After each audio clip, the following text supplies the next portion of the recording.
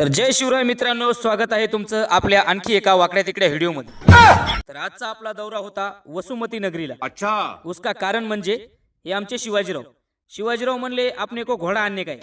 मग काय टाकले 1.5-2 लाख खिशात आणि काढली आपल्या विक्रमची मिनी इनोव्हा आणि थेट निघले वसुमती नगरीकडे। आणि जेवढे बी सोबत घेतले होते ते सगळे मेरे तर हौशेगावचेच होते। हे आमचा औंढा जिंतूर रोड काही दिवसापूर्वीच झालाय, नाहीतर अगोदर रस्ते में खड्डे आहेत का खड्डे में रस्ता आहे हेच नाही कळता था। फायनली हम पोहोचलो वसुमती मध्ये।